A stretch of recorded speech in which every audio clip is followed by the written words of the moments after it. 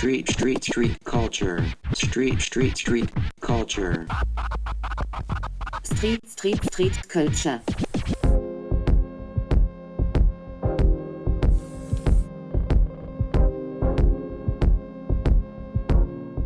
Je me faisais appeler Christian Beach avec un autre alias qui était Murmure et je procédais à de la pose de pochoirs, collage exclusivement sur Limoges et d'autres villes de France, voire dans d'autres pays. J'avais un papa qui était vraiment artiste, donc j'ai baigné là-dedans, mais moi je m'en étais jamais vraiment préoccupé. Et suite à des événements familiaux, c'est-à-dire son décès et puis d'autres aléas dans ma vie personnelle, j'ai eu besoin à un moment de me sentir vivant. Et je suis venu à faire ça de façon ludique au départ, pour moi. Je me suis beaucoup inspiré de Banksy, qui est un peu vraiment mon maître à penser. C'était une révélation pour moi. Donc après cette pratique, principalement qui était le pochoir, donc un travail graphique en amont basé sur de la photo ou des images créées et dessinées sur ordinateur, et ensuite découpées pour ensuite être posées sur les murs. Pour moi, dans le street art, il y a aussi cette démarche de message et de détourner l'espace urbain ou de jouer avec l'espace urbain.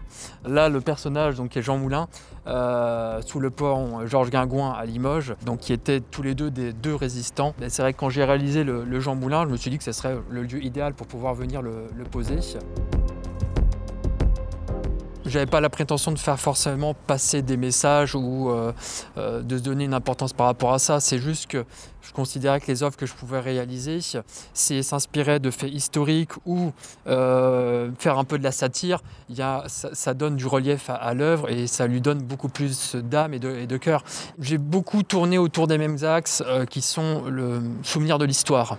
Nos sociétés évoluent, le temps passe et j'ai toujours eu énormément peur que l'homme oublie son passé et ses erreurs passées. C'est pour ça que j'ai beaucoup de mes œuvres qui tournaient autour de la Seconde Guerre mondiale.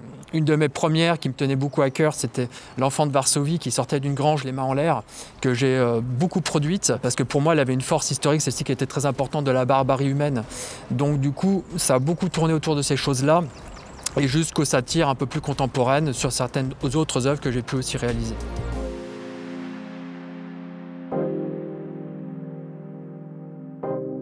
J'ai jamais pris ça comme une carrière parce qu'au début c'était vraiment presque palliatif, c'est-à-dire j'étais amené à faire ça pour me soigner et j'ai jamais entrepris de notion de carrière. C'était pas le but c'était de se faire plaisir. Moi ce qui s'est passé, c'est qu'au fil du temps et de mon expression, je me suis soigné jusqu'au moment où je me suis senti guéri et ce jour-là l'aspect créatif a totalement disparu. J'avais plus de nécessité ou d'envie et donc j'ai arrêté parce que je suis pas là pour me forcer.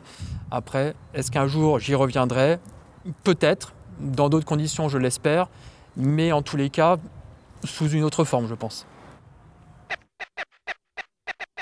Street culture.